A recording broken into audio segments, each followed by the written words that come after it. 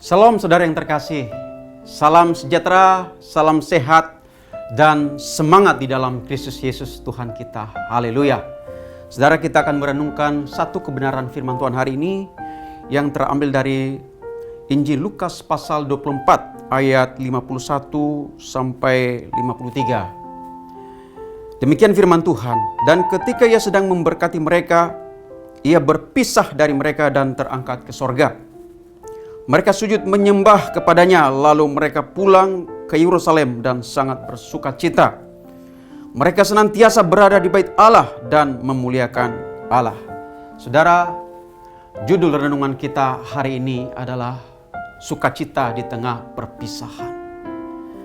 Saudara, di setiap acara perpisahan, tentu kita seringkali melihat bahkan mengalami rasa haru, rasa sedih, menangis bahkan ketika berpisah dengan orang yang kita cintai, orang yang kita kasihi, orang yang sangat dekat dengan kita, bahkan orang yang sudah hidup bersama-sama dengan kita sekian waktu lamanya. Dan tidak gampang berpisah dengan mereka pada saat harus berpisah, saudara. Tetapi tidak demikian dengan murid-murid Yesus. Ketika Yesus berpisah dengan murid-muridnya, tidak diwarnai dengan rasa haru, tidak diwarnai dengan tangisan, saudara. Yesus meninggalkan para murid di bumi ini. Dan firman Tuhan jelas berkata kepada kita tadi, mereka sujud menyembah, lalu mereka pulang ke Yerusalem dengan bersukacita, saudara. Mereka bersukacita walaupun Yesus meninggalkan mereka di bumi ini. Tentu menjadi sebuah pertanyaan bagi kita. Kenapa para murid justru bersuka cita ketika Yesus meninggalkan mereka? Harusnya kan mereka bersedih hati ya. Mereka harusnya barangkali mungkin menangis karena Yesus pergi ke surga meninggalkan mereka.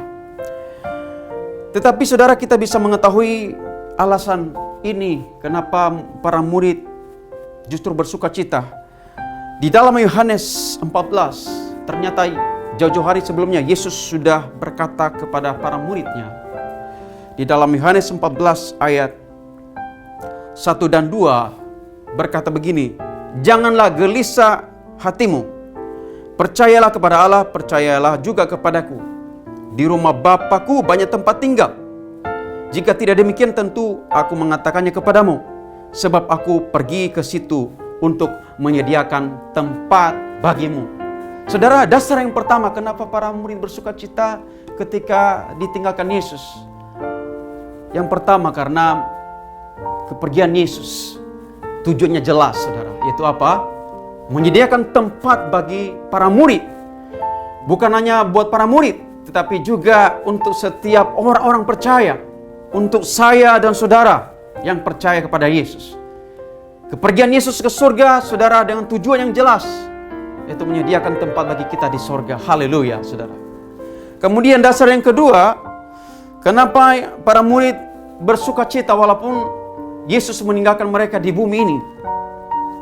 Di ayat yang ketiga berkata, dan apabila aku telah pergi ke situ dan telah menyediakan tempat bagimu, aku akan datang kembali dan membawa kamu ke tempatku, supaya di tempat di mana aku berada, kamu pun berada. Haleluya, saudara. Dasar yang kedua, kenapa para murid bersuka cita ketika Yesus meninggalkan mereka di bumi adalah karena kepergian Yesus bukan untuk selama-lamanya, saudara. Yesus berjanji bahwa akan datang kembali untuk kedua kalinya menjemput para murid, menjemput kita yang percaya, menjemput saya dan saudara untuk dibawa ke surga nanti, saudara.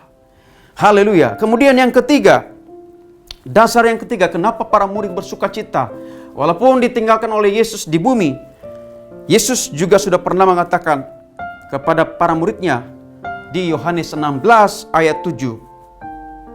Berkata begini, namun benar yang kukatakan ini kepadamu adalah lebih berguna bagi kamu jika aku pergi.